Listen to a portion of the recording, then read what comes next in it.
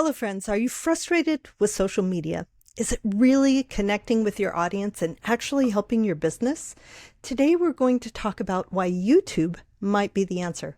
Welcome to Creatives on Camera, where we talk about the real world tools and stories that help artists and creatives and makers share their creativity with the world through video and virtual teaching. I'm Lyric Montgomery Kinard. I've been teaching online since dial-up modem days. Today's guest, Beth Ann Williams, is a fiber artist who transitioned to virtual teaching when her health made it impossible to continue traveling. She has successfully developed an online presence on YouTube. It's helping her business be profitable while still keeping a true connection with her community. Let's dive in and listen to what she has to say. Hello, friends. Welcome to Creatives on Camera, and we are here with my friend Beth Ann Williams, and she has a beautiful story to tell and some really excellent recent experience and knowledge that I'm excited to share with you all. So Beth Ann, why don't you introduce yourself and tell us a little bit about your craft and how you started teaching. Okay. I started teaching way back in 1997, and I did not plan on doing it. I was actually working as they billed me as an Irish American fiber artist at the time because I was selling my work in galleries and really specializing on Celtic design. And so that was kind of my niche at the time. And I was getting ready for a gallery show. I was working on a whole bunch of pieces at the same time. And I'm a pin baster. I also spray baste, but big things. I like to pin baste. And I ran out of pins. So safety pins. And so my husband had heard there was a new quilt shop in the mall near where he worked. And he said, well, why don't I just go by and I'll see what they have. So he went there and went straight to the wall where the safety pins were and bought up the whole display. And he got to the register and they just looked at him and they're like, what? And my husband is like the most wonderful man. He's warm and caring, but he has this resting face that if you don't know him, he can look a little intimidating, sometimes. And he's just thinking, he's not paying any attention, but he can look like he's like stern. So they're like tiptoeing and they're like, don't know what to think. Who is this guy? Why is he taking all of our safety pins? And so finally, one of them asked, can I, why do you need all these? And so he explained, because he is actually a really nice guy. So he explained, my wife is a quilt artist and she needs these pins to finish pin basting. She's getting ready for a show. And they said, well, we're looking for teachers. Would she be interested? And I actually have a degree in organizational communications. I've had teaching experience. So my husband told me, and I'm like, maybe that might be fun. So I went in and talked to them and started teaching that month. And that was, I think, March of 1997. And so I've been teaching in one form or another quilting and fiber art techniques ever since. And I love it. I love it. It's amazing how we fall into these things, yes, and then they grow. And usually I find that you fall into things that you're already prepared for, that yes, fit and align with your heart and what it is you're truly meant right, to be. And you didn't know. Opportunities, you right? Didn't know you opportunities were preparing. open up. Right. Exactly. Yeah. And then you switched to online teaching. How and why did you move away from in-person teaching? Yeah, I was in-person teaching for a long time. I started at our local quilt shop and then was traveling and teaching nationally, on the circuit kind of a thing when my books came out and promoting that. For health reasons, I needed to stop traveling. I took a job as creative director for a local chain of sewing centers and was there for about 16 years. And I was still teaching as part of everything else there. But then when COVID hit, I was stuck because I've got autoimmune, a bunch of different autoimmune diseases, including multiple sclerosis, and am on some immunosuppressants, and I cannot be out and about the way I used to. I just can't. It's just not safe. The risk is too much. It is. And I was very sick for a long time because I was actually teaching a class with Connor the day before lockdown. So, and I was exposed that day. No. We had some sick people in the class, and so started out. So anyway, all that to say, after lockdown started and everybody was home, I talked to the store owner and said, well, hey, why don't I do some online classes? I said, there's other people teaching online. Why don't we do some Zoom classes for our customers? He's like, okay, try it. And so I started teaching live on Zoom and enjoyed it. I mean, there was definitely a learning curve. Most definitely. All of us floundered through trying to in a big, messy way. Yes. But I enjoyed it, and it was a way to stay connected. And then after, I think, 2022, he's like, we really need you in store to run the stuff we need you to run.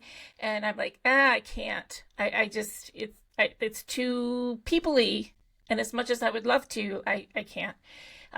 My doctor was very clear. So that's when, I talked to my husband and I gotta make a change. And it was scary to lose a full-time income, a regular budgetable full-time income. That was scary. But we felt like I really didn't have a choice. So I started my own online teaching business, formed my own LLC, and I had kind of a business in the background, kind of this whole time. But it was kind of dormant because I was so busy. But I'm like, okay, right. I'm going to get serious about this. I'm going to get serious about having my own business. Mm-hmm. You had been teaching for a whole bunch of years, but you hadn't registered as a sole proprietor or LLC yet? I was a sole proprietor. Okay. Yeah, I had registered and I did my taxes as a sole proprietor, but I had not formed an LLC until 2022. All right, and going all out. Yeah, I'm like, if I'm going to do this, I'm going to get serious. And so I started teaching online and loved it. I mean, there was, there's always those heart-stopping moments when the tech goes wonky, but quilters are lovely. They're just really lovely. And, everything is okay and everybody understands and we're all learning. And it was wonderful. They do. Yeah. They do. I have found that from the beginning up through now and it's all creatives. Yes. We have this opportunity to come together through this miraculous technology that's phenomenal and amazing. It is. And still, stuff happens. I have had huge public thousands of people watching while I have a complete disaster. Well, I guess hundreds, not multiple thousands all at once live, but people are forgiving, right? They are. Because we all can go through this and you can always figure something out. Right. Yep. And I find that as long as you're upfront with people and say, okay, this is the issue that I'm having. This is what I planned. This is what's happening. This is my plan B, and I'm still going to make sure that you get all of the content. You're not going to miss anything. We're just going to have to make some adjustments while I get this figured out or fixed. Quick Zoom tip for all of our listeners. If you're teaching live via Zoom, always have a plan B and C and let people know right ahead of time. And 99% of the time you don't need it, but you have it in place and your students know it's there and it just gives everybody peace of mind. And, we have stuff that goes crazy and we're performers, aren't we? We're entertainers in a way, educators, but you even if you are panicking on the inside, Yep. keep calm and carry on. And your students follow along with you. Right. If you panic, they're going to panic. Right. So you are totally that keep calm and carry on, and everything's just going to be fine. We'll work it out together. Yes. And I found it really helpful when teaching on Zoom to always record. And so my policy with my online classes, and it kind of developed, I kind of had to figure this out. But what I settled on is I would record the Zoom live. And so the people who could come live, who were in the right time zones that could come live, would join me live. And then the people in different time zones or who were working or for whatever reason, they could watch the recording. And I would give them access to the recording for a limited amount of time. And that worked out well also because I could tell them, okay, there's storms coming through, this area. We're in the middle of a tornado outbreak in Michigan. We never used to have them, but, now all of a sudden we do. And so there was one class this last summer that I'm like, I don't know what's going to happen. I don't know if we're going to lose our power. I don't know what's going to happen, but let's go ahead.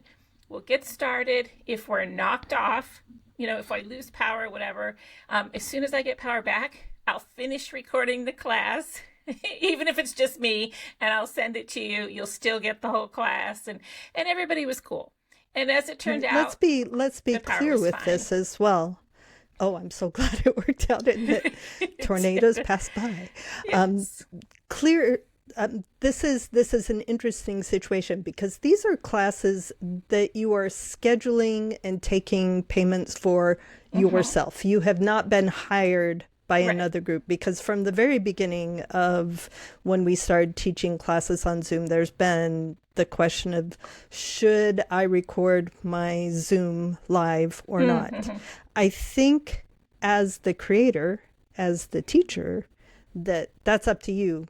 But the majority of people agree that if you're teaching for somebody else, they don't record your intellectual property. Agreed. Yeah.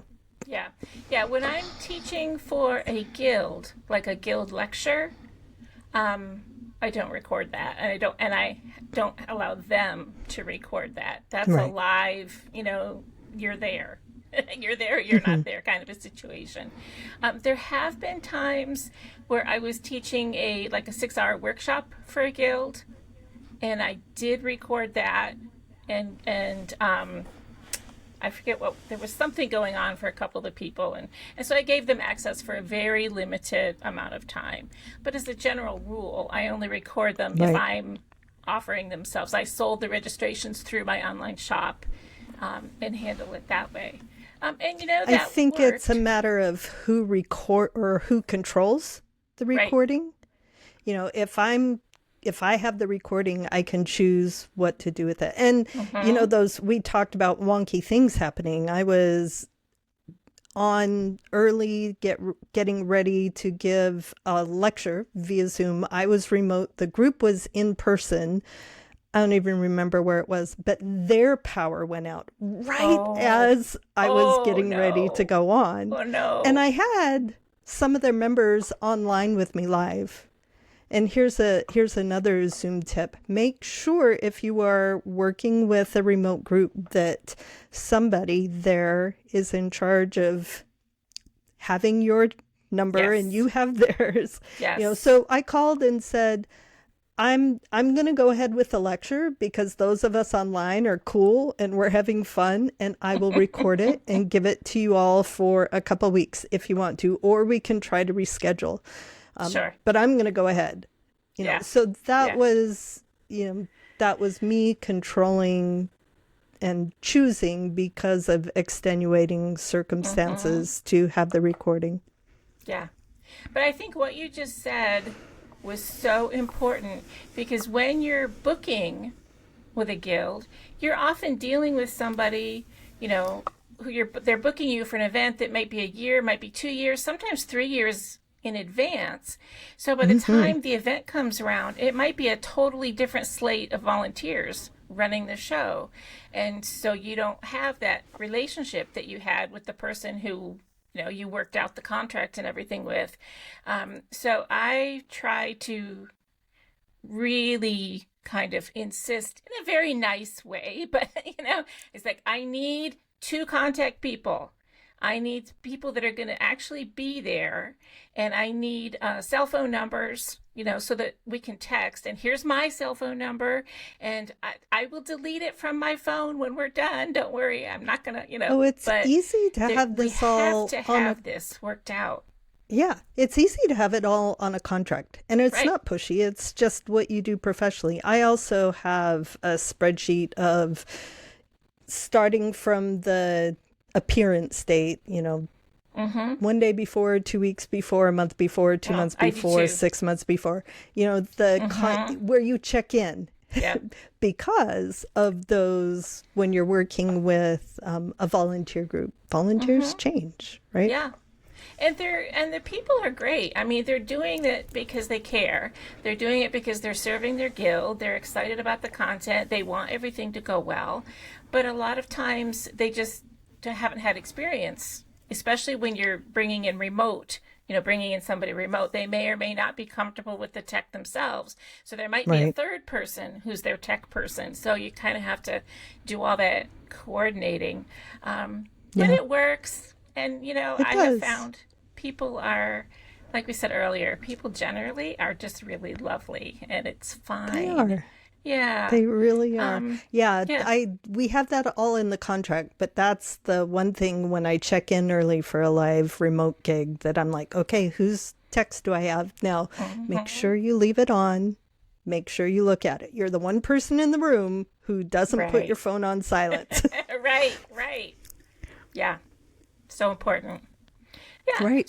So go ahead. You've successfully created your own business teaching remotely without waiting for other people to hire you. How do you get the word out for the courses? And you're all live Zoom, right? You don't do on-demand pre-recorded courses. No, I'm just starting to get into that. Yeah. This year. So where did you, when you don't have an outside group that has hired you to come in and provide all the students for you, where do you find the people who sign up for your courses? How do you make this work? Sure. Initially, when I was teaching for the sewing centers, I was not collecting emails. I mean, I handled their email list because that was part of my job as creative director. But I never copied any of those emails because that was theirs. That would not have been ethical. Exactly. Right. But as we got into the second year of the pandemic, I started thinking, you know what, I probably should start an email list. So I would just say at the end of class, okay, this is not the store email list, but if you would like to join my personal email list so that I can let you know what's coming up, here's how to sign up. And I just, just a very low key and made it clear this is not for the store. This is just if you want to. And a lot of the teachers already did that within the store, just, for their own following. I think that's a really good idea, whether you're teaching live or on Zoom or anywhere. Go ahead and have an email list, have a sign-up sheet, and pass it around so that you are building that email list. Even if you don't think you need it right away, even if you just send out, hey, this is what I'm teaching at this store on this date, this is what I'm teaching at this store on this date, or, whatever that looks like. It's really valuable to have your own email list and not be reliant on anybody else. I was fortunate. I only had like 75 emails, I think, at the time when I started my business. I was fortunate, though, because that I had a good following on Instagram. I had a pretty large Instagram and a decent Facebook business page. I started my Facebook business page and quite a few people joined.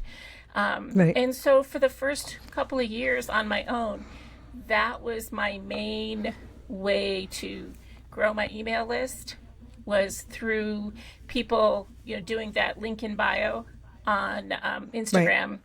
And clicking through links on Facebook. And that worked really well, even though I was really low key. I am not a salesy person. I am like the anti-sales person.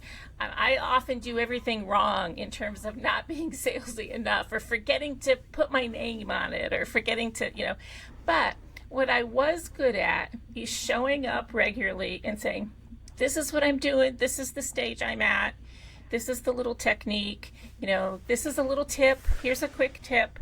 And building a relationship that way, so that then people are like, oh, well, that's really interesting. And so then, I might say, oh, I'm doing a class, blah, blah, blah.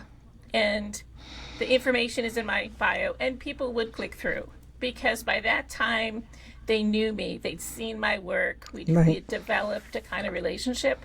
And I really treated my Instagram and Facebook accounts, particularly Instagram, as a friend community. I was still locked down, so this was my chance to be social, and so I was looking at everybody else's stuff, and oh, that's so pretty, or oh, I love that, or I loved how you used value in that, and really interacting, and so that's what authentic marketing is anyway. It's not pushy sales. It's making that connection with the people who you have something to offer. You have a gift to offer them. And I notice you're saying past tense with Instagram. I mean, yes. I know with my social media, I used to use it for soft marketing all the time, but it has changed. Yes. The algorithms change. Even in our own use of it, right? Unless we work really hard to curate our feeds, we don't see the people we follow. So what are you doing now?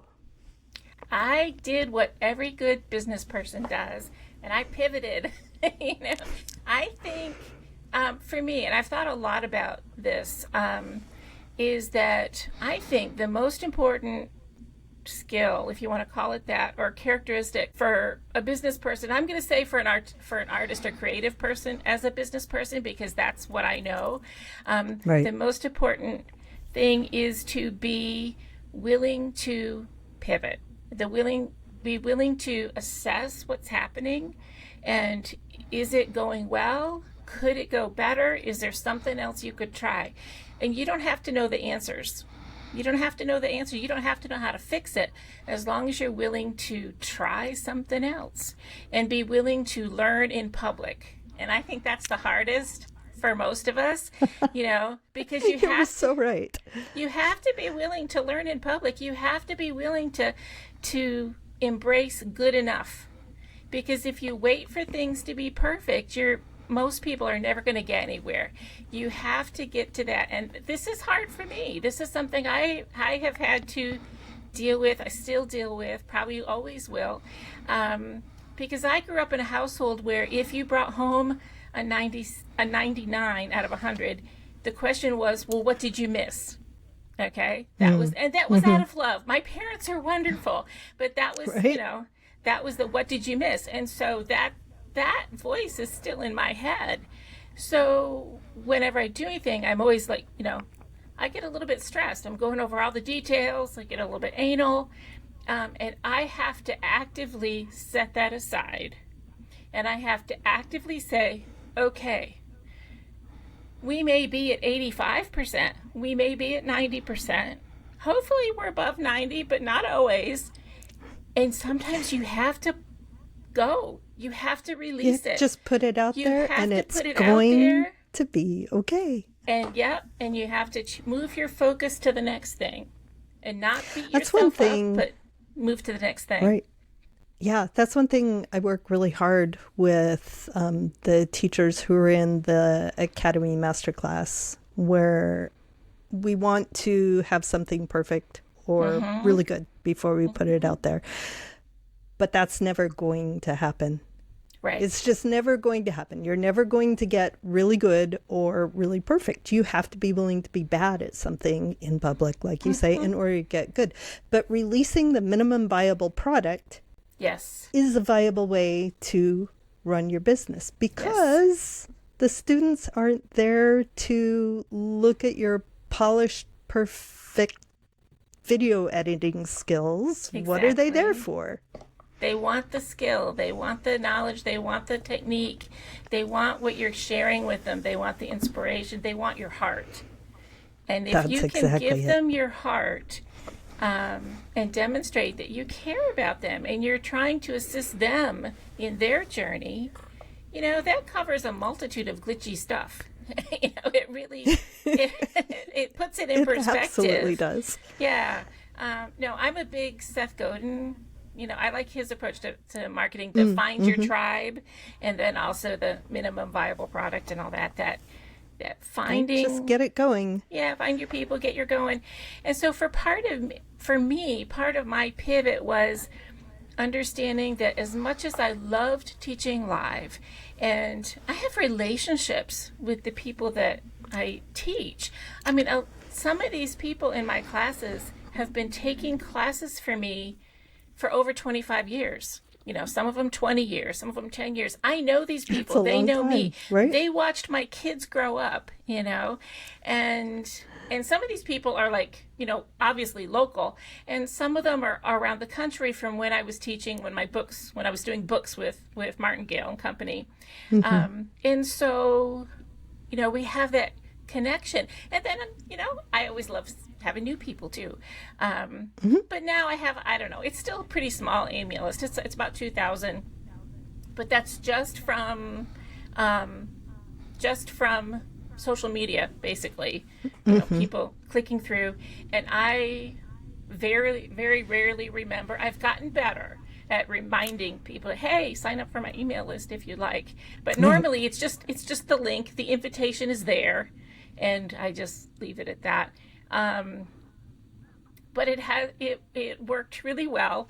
But then I realized that it takes so much energy. Teaching live is not as scalable as a lot of other things that you can do, because even if you have a class that's very successful, and I have a bunch of classes, I teach a bunch of different things because I'm like insanely curious, and so I have to learn everything, and then if I learn it, I want to teach it, I want to share it. So I have a lot of classes in rotation, and I love that. But I was just getting way too exhausted, and I was not able to get. I was getting a decent income for an online teacher, but not replacing the income that I needed to replace. And it's like, okay, I need to rethink this. And my husband is like, yeah, you're killing yourself. You're driving yourself into the ground. I will help support you while you figure this out. And it's like, okay. He's my biggest investor, so my biggest supporter. Yeah. And so one of those pieces for me was YouTube. And this shocked me because I had never even considered YouTube. I hate seeing myself on camera. I hate listening to myself. I feel like I sound like a little girl. I'm very self-conscious.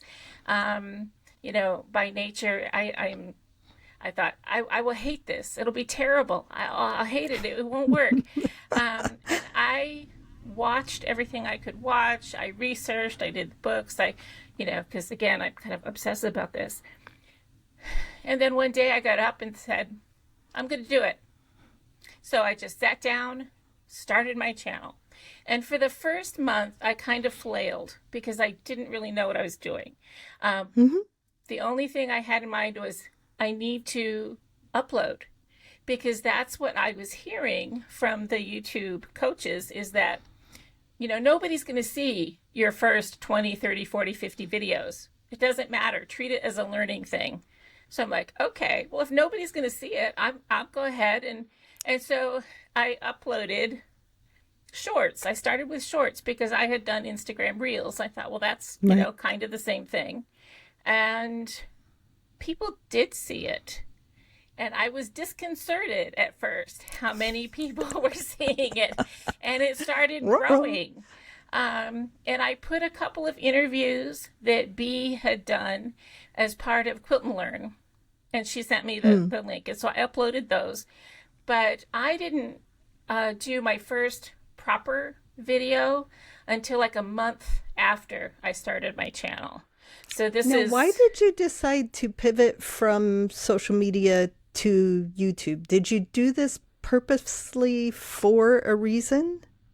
Yeah, I felt that, I did all this research and I felt like that was the most viable path for me that would work with my life. So I to thought what purpose? Yeah. Well, I thought part of it is I wanted to be able to reach my students, sometimes I hate even calling them students because there's a lot of folks who take my classes that don't actually need the class. They're just your people. They're my people and they show up and I love them and we have great fun together. And a lot of them right now are struggling financially because of all the things that are happening in the world. And I don't want to go down that sad thing, but just to say that it's a real thing. And I noticed in the last year, particularly, that more and more people were saying, I'd really love to take that class, but I just can't afford to right now. Or I just, I've got this going on, or I can't do. And I know for my own family, things are tight, they're tight. And classes are one of those things that, it's not like food, Right. So, yeah. It's optional. Yeah. And I wanted a way to maintain community. And I didn't know if I would be able to do it to the point where I could monetize it. But I thought, let's see, let's try it. Because if I could monetize it, that would help pay for some of the lost teaching income. That could help. And monetization on YouTube there's lots of different ways to monetize, and I don't want to get into I don't want to eat up all our time talking about that. But some of the main ones, are, you can have affiliate links, and you can do that right off the bat, but make sure they're things that you actually believe in, things that you would pay, for yourself, or you have paid for yourself, so that people can trust you. Approach that with a lot of good ethics and clarity. Tell people that's what those are. And you can use it as a way to get the word out for your classes, especially if you have on demand. I have used YouTube as a way to promote some of my live classes also. Just said, hey, this is coming up. It's related to what I was doing in the video. You can use it to build your email list. And you can also, if you really are serious about it, get towards monetization, which is when YouTube actually pays you for your work on the platform, basically. And in order to qualify, there's two different levels, but the main level, the one everybody wants, you have to have at least 1,000 subscribers and have reached 4,000 hours of watch time on a long form video.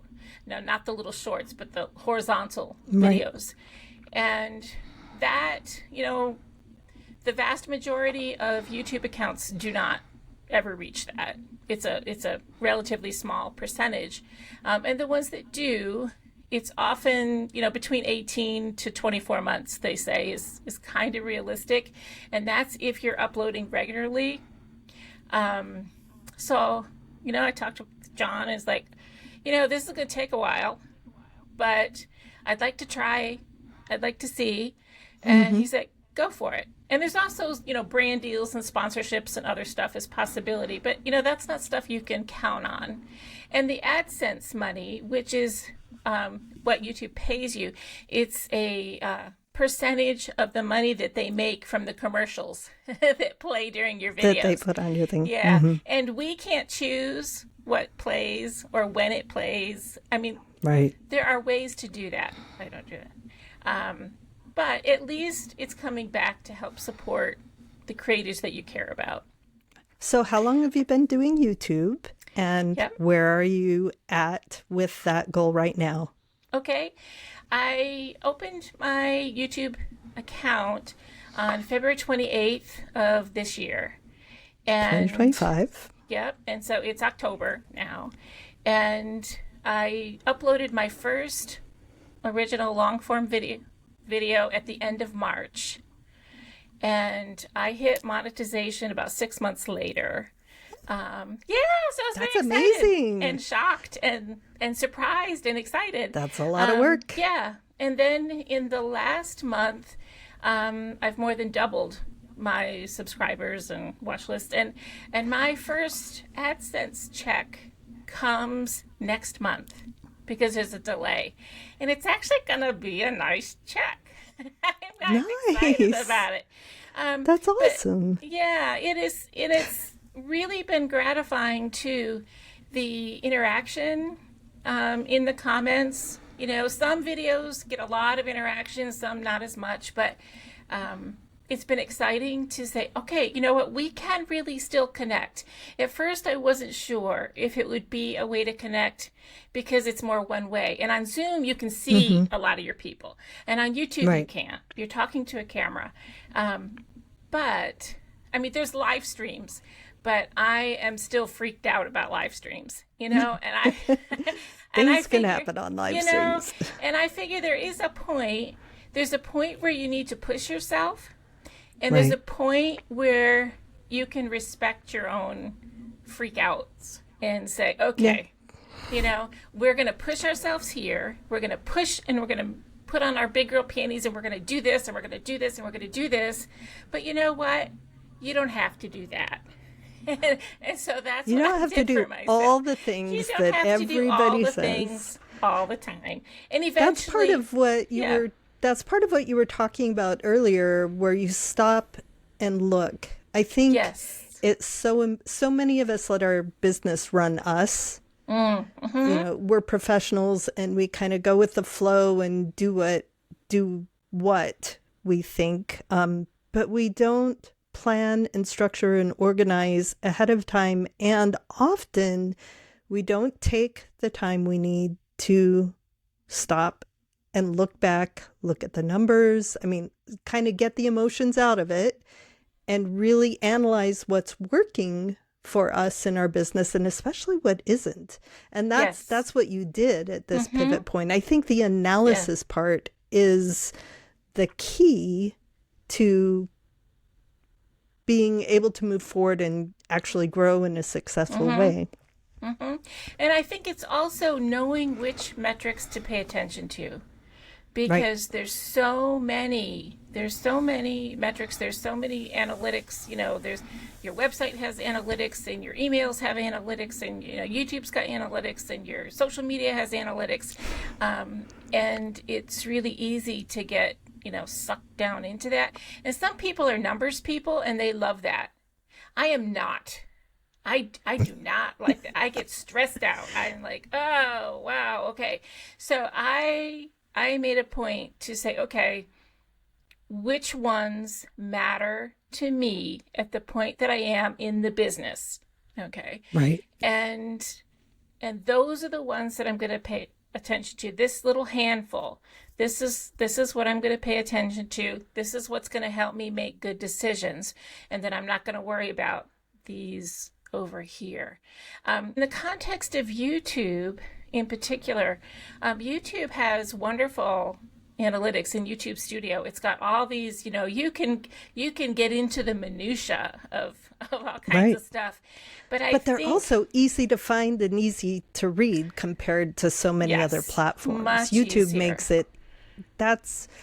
So let's take just a minute, just one quick minute to understand why YouTube is different and how it's different than other social media, because YouTube is not anything like Instagram or Facebook. Right. On those Very platforms, they own the content. It feels very, very random. I mean, you have to have, it feels like you have to have a lot of strategy and put a lot of effort, and also things blow up every 3 weeks for the algorithm in order to get in front of your audience. But YouTube It's is different. completely different. YouTube Yeah. is the largest search engine behind Google. And it's the place for us makers. I'll let you take it from here. But Okay. it's the place that makers go to what? Learn how to do stuff. Watch other people do it. Learn how to do stuff. How to, is one of the big things. Exactly. On YouTube. How to do this, how to do that. And that's what we do. It is what we do. And I think with YouTube, the algorithm, now, the algorithm gets a lot of hate, okay, which is unfair because the algorithm is your friend and ally. It absolutely is. But it does not serve you. It does not serve me. The algorithm on YouTube serves the viewer. It's all Exactly. about, and they're very clear about this. I watched all the, the news releases and the conferences and whatnot where the big honchos from YouTube, are very clear. And they want you to succeed. And they're very clear that the algorithm is all about putting the right content in front of the right person at the right time. So it's not about punishing us. It's not about hiding us. It wants us to succeed because when we succeed, they succeed. But it doesn't serve us. It doesn't owe us as the creator anything. So what we have to do is learn how to work with it. And fortunately, they're also very clear in how to do that. And so Exactly. it's about understanding the metadata, how to do all the behind the scenes stuff. Right. It's not just thumbnails and titles. People, obviously that's really important. Those are really important. They're really important. But there's a lot of other stuff that's important too. And so by understanding all of that stuff, and they don't hide it. I love the fact that, yes, you have to work for it. I've worked for it to try to get all this information. Right. And trial and error sometimes, figuring out what's going to work. But you can build your channel. You can put the metadata in your channel. You can set your defaults. You can set yourself up for success as long as you've defined your niche and you have a really good mental image of your ideal viewer. And this is just like teaching. This is something Lyric talks about in the academy all the time. Yeah, It's like, this you've is gotta this have is your the person. core. Yeah, Yes. this is the core of everything we do. Yes. We are here to serve our people, so you have to know and understand your people. Our time is almost up, Okay. but and we could go on for hours, really getting into the weeds with YouTube and all of the data and how it works. And I actually find it really fascinating. It's not rocket science. If you and I could figure this out, Right. anybody can figure this out. Right. One of the things I'm really, really excited for, friends, is Beth Ann is one of our coaches inside the Academy for Virtual Teaching. And we have been working together behind the scenes. I'm so excited. I am too. Early in 2026, we don't have a set date yet, but Beth Ann, tell us what's happening. We're going to have a YouTube for Creatives course. And right now the plan is for 5 weeks. That's 4 weeks of content and have like an hour of content. We're really going to get into the nitty gritty of how to make it work for you and all that research that I've done, how to personalize it for you. And we're going to have question and answer sessions with each week's lesson so that we can discuss and support you as in your journey as you're building a channel or you're trying to resurrect an old channel. Either one, we're going to deal with that and really get into the practical stuff. And I find that a lot of the YouTube advice out there, there's a lot of great advice. There's a lot of advice that does not apply to our niche as creatives. There's just a lot of it that does not translate well for us. And so That's why the Academy exists in the first place, right? So we're going to be approaching it for us. Yeah. Yeah. As creative makers, there are, there's different camera angles. There's different things that we need to understand about the metadata on YouTube. And different psychology. Exactly. Different pacing. Yeah. Different priorities. I'm I'm like, I am going to be so all in participating as a Oh, good, student in this class as well. um, good. and I'm super excited. So everybody, you know, if you're interested at all, this is going to be phenomenal. And it Oh, will I be hope offered so. through academyforvirtualteaching.com. Sign up for our newsletter so you hear Mm-hmm. about when it comes out. We invite you to join us. It's going to be phenomenal. And, you know, I think we kind of skipped over Useful. one of the really big things that Mm-hmm. YouTube is great for. It is the best place to bring in people into your community that are new Yes. from all over the Yes. world. It's the easiest Yes. place to find and connect and Mm-hmm. get with them. And we're going to be talking about Yeah. that. And it builds my Beth email Ann, list. It has excellent. built my Yes, email list, and exactly. I started a membership as well. So, Ooh, that's super cool. Beth Ann, where can we find your membership? Where can we find um, your website and your YouTube channel? yeah, it's really easy. My YouTube channel is Beth Ann Williams Quilts. That's all I have to do. There you Beth go. Ann Williams Quilts. That's the channel name. The membership, there's just a join button. And if you click on that, it'll give you the membership details. My Perfect. main website, where my blog is, and then links to all the other good stuff, including my online shop, is just www.bethannwilliams.com. And Ann is the Perfect. plain old variety. There's no E, but it's just Beth Ann Williams. And that'll get you, to my site. On Instagram, it's bethann.williams. We'll find, and we Really will put easy. all of these links down in the show notes, friends. So you can look at them down in the YouTube description or in the show notes wherever you're listening to the podcast. Beth Ann, before we go, I would love to ask you the same thing I ask everybody Okay, because we're all creatives here. What is the sure. last thing that you made? Oh, the last thing that I made was this morning. I was worked on a bunch of tulip pink fussy cut animal Christmas ornaments with Connor. Oh, how fun! So uh, I did last week. I did a video on Christmas ornaments video tutorial on my Hmm. channel, and I used Christmas fabrics that were left over from another tutorial that I had done. But I love tulip pink. I love tulip pink. I love all her little Fun animals, fabrics. and so yeah. So we were fussy cutting all these things to make ornaments. You can make Adorable. coasters. Adorable. Anyway, just fun. Wonderful.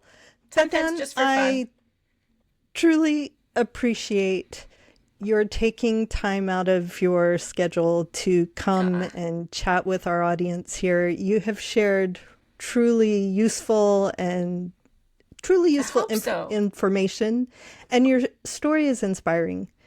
So many Oh, of us thanks, Lyric. aren't able to get out and travel, and many of our students are either. And you have Right. found a way to be successful and make this work. Yeah, I have students and people in my classes and all over the world.